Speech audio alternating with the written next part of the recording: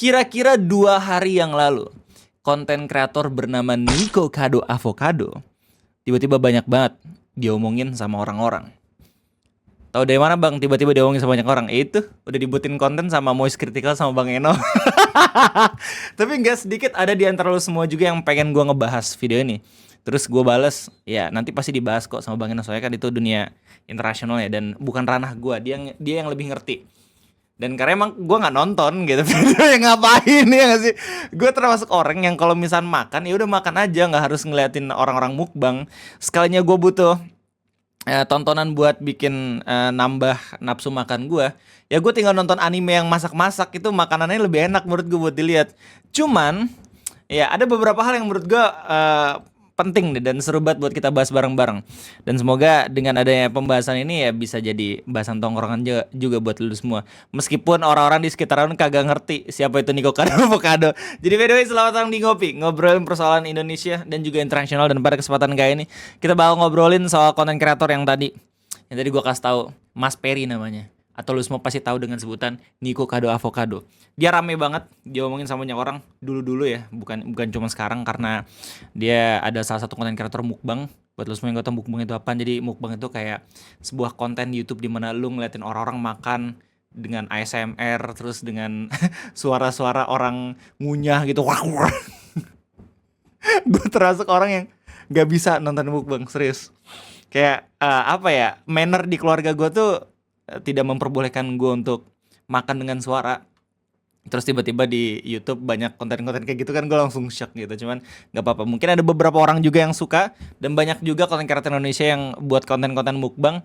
Jadi ya udahlah, kita nggak usah memperpanjang ke situ. Nah, beliau itu termasuk kreator mukbang yang terkenal gara-gara kontennya terlalu berlebihan ya, konten mukbangnya. Karena kita semua tahu kalau misalnya lu semua yang nonton dari awal, gue kagak.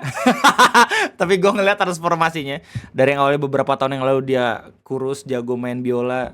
Beberapa tahun kemudian setelah dia membuat konten mukbang jadi gemuk, terus lama-kelamaan jadi obesitas kan, sampai pada akhirnya dia jadi bahan meme. Yoasobi gendut. Orang-orang Facebook juga udah pada ngebahas ini, dan mereka juga pasti kaget kan tiba-tiba reference meme-nya hilang. Karena sudah tidak gendut lagi. Cuman we got Nico Kado Avocado skinny version before GTA 6 bro. What the hell is happening? Jadi ya dia sempat rame dulu karena mukbangnya itu yang terkesan terlalu disturbing buat dilihat. Bahkan beberapa subscribernya dulu tuh sampai ngasih saran berkali-kali sama dia untuk berhenti melakukan ini, terus coba buat bikin konten yang lain segala macam. Lu kan punya talent biola gitu, kenapa nggak memanfaatkan itu? Sama seperti ya itulah pokoknya. Ya pokoknya banyak gitu subscribernya yang khawatir dengan kondisinya dia. Bahkan banyak banget meme. Terus habis itu orang-orang ngomongin cross media sosial gitu, kalau misalnya dia itu salah satu produk paling sampah internet, karena dia benar-benar kerja untuk internet. Terus kita semua bisa ngelihat bagaimana internet menghancurkan seseorang, dan selalu yang dijadikan contohnya itu Nico Kado Avocado. Tapi ternyata kira-kira 2 hari yang lalu dia buat video judulnya I'm Always 2 Step Ahead, dengan memperlihatkan transformasinya dia dari yang awalnya Yoasobi gendut berubah jadi kurus kayak gue, men. Bahkan kayaknya lebih kurus deh, soalnya kalau misalnya gue di berita itu berat dia tuh sekarang 49 kg, gue 80 nih. Gila, lu bayangin nih kalau orang 49 kg dari 162 kg. Lu bayangin, dia turun berat badan itu sekitaran 250 lbs atau pon. Sekiranya itu 113 kg. Gokil, dan sudah pasti itu ngebuat banyak banget orang kaget, apalagi di penonton-penonton luar negeri. Karena apa? Karena Nico Kado Avocado itu kan termasuk orang yang gemuk, orang yang proud gitu, bangga terhadap kegemukannya dia. Dan di luar negeri itu ini banget kan, apa namanya, strong banget kan dengan istilah body positivity gitu. Jadi mau lu itu kurus, gendut, jelek segala macam, hey, lu tidak bisa menjudge gue, karena ya ini badan gue gitu, gue yang menjudge sendiri. Tapi lama-kelamaan istilah body positivity ini menurut gue jadi semakin tidak relevan. Karena dulu itu setahu gue body positivity adalah termasuk istilah atau gerakan yang bisa menangkal orang-orang gemuk untuk melakukan diet ekstrim sampai hampir meninggal. Jadi muncullah gerakan kayak gitu biar orang tuh seenggaknya hidup sehat aja, nggak harus sampai kurus banget gitu, biar memenuhi keinginan orang-orang di sekitarnya gitu. Cukup lu sehat, cukup lu bisa jalan dengan santai, cukup lu bisa melakukan aktivitas sehari-hari dengan prima, it's more than enough gitu. Jadi lu nggak harus kayak Nico Robin, lu nggak harus kayak Lisa Blackpink dan kawan-kawan gitu men. Pokoknya itulah istilah body positivity. Cuman zaman sekarang orang tuh kayak terkesan jadi malas gara-gara istilah kayak gitu, karena ya udah gue mau gemuk mau kagak juga ya suka-suka gue, karena ini badan-badan gue yang ngasih. Nah itulah yang ngebuat orang-orang di luar negeri lebih sulit dalam diet gitu dibandingin sama di Indonesia. Karena kalau misalnya di Indonesia kan nggak ada yang kayak gitu ya, bahkan ironis gitu, buliannya masih tajam banget kalau misalnya di Indonesia gitu men. Tapi pada akhirnya orang-orang tuh pada ini kan, pada bisa membuktikan kalau misalkan gue juga bisa kok kayak lu semua tuh yang ngebully. Sini lu mau gue hajar nanti anjay. Nah kalau misalnya di luar negeri sana lebih di-embrace, jadi orang-orang tuh dibuat nyaman untuk punya badan-badan yang seperti itu.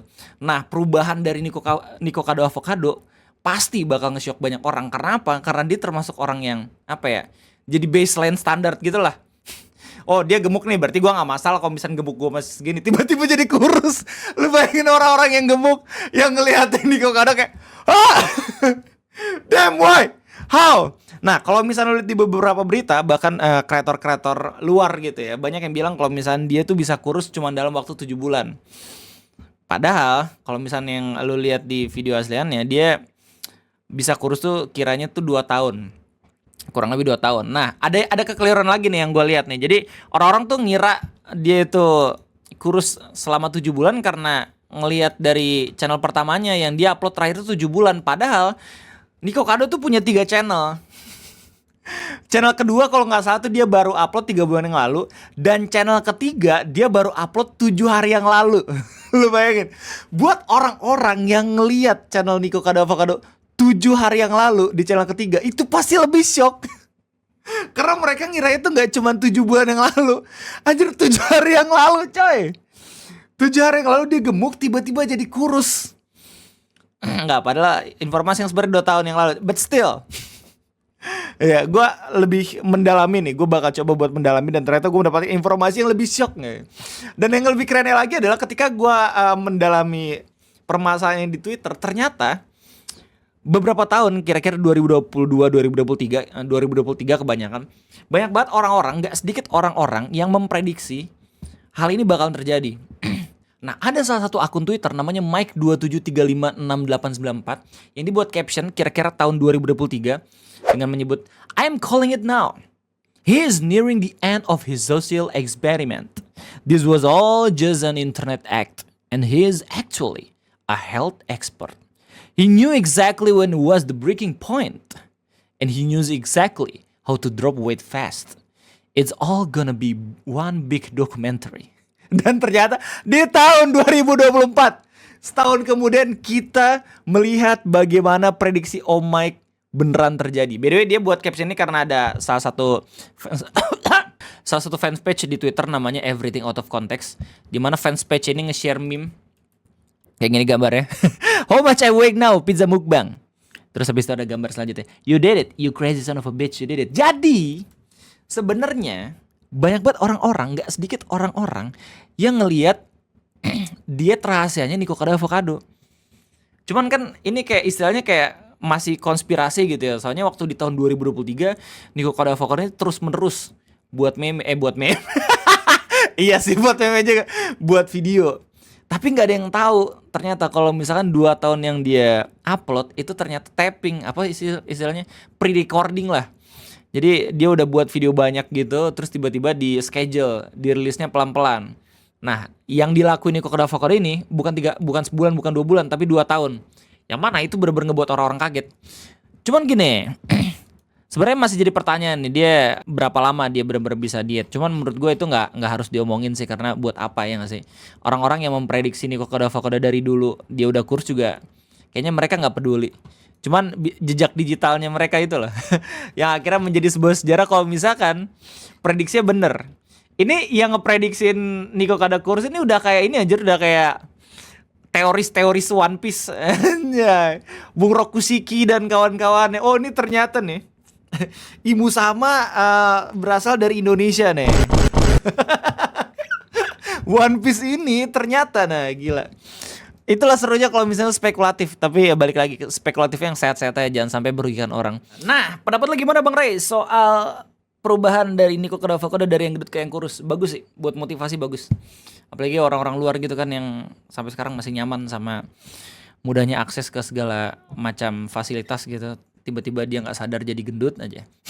Apalagi kalau udah nikah gitu ya nggak sih, kalau misalnya orang-orang di Indonesia kan kalau udah nikah kan jadi subur, terus habis itu di apa namanya di over proud dengan bilang oh berarti udah makmur ya, udah sejahtera, udah segala macam. Padahal mah ya kalau misalnya gemuk lu kurang sehat, lu harus bener-bener baik aja ke kondisi lu yang fit. Dan menurut gua akan sangat rugi ketika lu di umur 35, 38 tahun yang dimana masa itu tuh masa-masa produktivitas paling maksimalnya lu gitu men, tapi malahan nggak bisa ngapa-ngapain karena ya sudah overweight ataupun badan sudah kretek-kretek.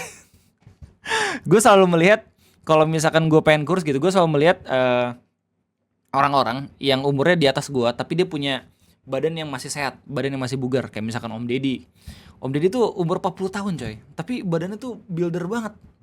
Seneng aja lu ngeliatnya sumpah dah. Jadi apa yang dilakuin sama Nico Avocado, terlepas dari deklarasinya dia yang bilang kalau misalnya ini the biggest social experiment dia selama 2 tahun, secara dedikasi itu patut buat dicontoh dan juga buat ditiru sih. Apapun yang pengen lu lakuin, target apapun yang pengen lu capai gitu, mau lu tuh jadi kurus, mau lu tuh jadi bugar, mau lu tuh jadi muscular man gitu men, semua bisa lu raih kalau misalnya lu punya dedikasi yang tinggi. Dan karena beberapa orang juga melihat kalau misalnya orang ini sempat jadi violin expert gitu ya, si pemain biola handal gitu, yang dimana lu kalau misalnya belajar biola katanya susah banget kan, butuh bertahun-tahun dedikasinya. Nico Kado melakukan itu kayaknya bukan sesuatu yang sulit buat dia, cuman yang balik lagi tidak bisa diremehkan juga ya gak sih. Cuma yang jelas kayaknya kita bakal ngelihat Nico Kado Avocado versi ini ya, versi Tan Boy Kun sekarang. Gak semua YouTuber mukbang jadi gendut coy, kagak men. Dibutuhkan perencanaan yang matang. Kalau misalkan perencanaan itu hancur ya lu bakal berubah menjadi Yosobi gendut. Kalau misalkan lu jadi konten mukbangers tapi perencanaannya itu benar-benar lurus gitu ya, sejalan dengan exercise, sejalan dengan olahraga, lu bakal berubah menjadi Tan Boy Kun. Keren ya. Jadi nggak cuma konten-konten kayak naik gunung doang men yang butuh perencanaan yang matang, tidak. Bahkan konten sekilas kayak mukbangers pun harus lu sesuaikan gitu rencananya, biar nanti kedepannya nggak berdampak buruk bagi diri lu sendiri. Jadi mungkin itu aja topik ngopi pada kesempatan kali ini. Thank you banget udah nontonin dan juga mendengarkan yapping gue selama beberapa menit. Kalau misalnya lu suka, gue minta tolong untuk like-nya. Kalau misalkan belum subscribe, jangan lupa buat subscribe. Jadi itu aja mungkin dari gue. Kalau misalnya emang butuh informasi lebih lanjut, lu bisa cek channel-channel kreator-kreator yang lain, atau lu mungkin bisa cek channel berita gitu. Tapi karena ini berita tentang YouTubers, lu ngapain baca lewat berita? Mending langsung nonton ke YouTubernya lagi. Jadi itu aja mungkin dari gue. Terima kasih banyak. Ini lucu loh. Nggak sekali lagi. Sorry. Sebelum ending ini lucu banget. Karena waktu gue lihat video pengenalan dia waktu kurus, awalnya dia bener-bener ini kan kayak pidato gitu kan. Saya kembali menjadi kurus. Ini semua hanyalah mimpi buruk. Tiba-tiba makan lagi. Tidak berubah. Jadi itu aja mungkin dari gue. Terima kasih banyak. Sampai jumpa.